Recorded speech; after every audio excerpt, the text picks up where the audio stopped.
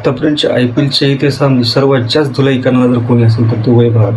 आम्ही चांगले बॅट्समन बघितले, क्रिस गेल बघितला, एबी डिव्हिलियर्स बघितला, मॅककलम बघितले. अशी धुलाई कोणी करणार नाही की चांगल्या बॉलरला टार्गेट करून जाणून बुजून त्यांना मारलं.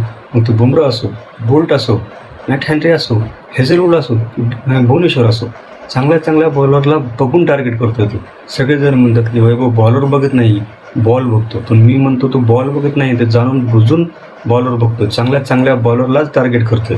कारण त्याला माहिती आहे चांगल्या बॉलरला जर टार्गेट केलं तर समोरची टीम ऑटोमॅटिक दबावत होती.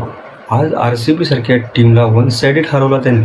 आज 26 बॉलमध्ये 78 रन काढला, 300च्या स्ट्राईक रेटने. त्याच्यामध्ये 7 6 आणि 8 4 होते. RCBला असं वन साईड हरवणं मी पहिली वेळेस बघितलेलं आहे. एवढ्या खराब हरला आज RCB. ते फक्त वैभवमुळे. मानलं वैभव. 300च्या स्ट्राईक रेटनं RCB सोबत खेळणं, मुंबईसोबत खेळणं जोग नाही आहे. वैभव जैसा कोणी नाही म्हणण्याचं काम आहे. कारण आज सगळे IPLच्या टीमा कोमात आहेत आणि एकटा वैभव सोमत आहे. वेळ वैभव.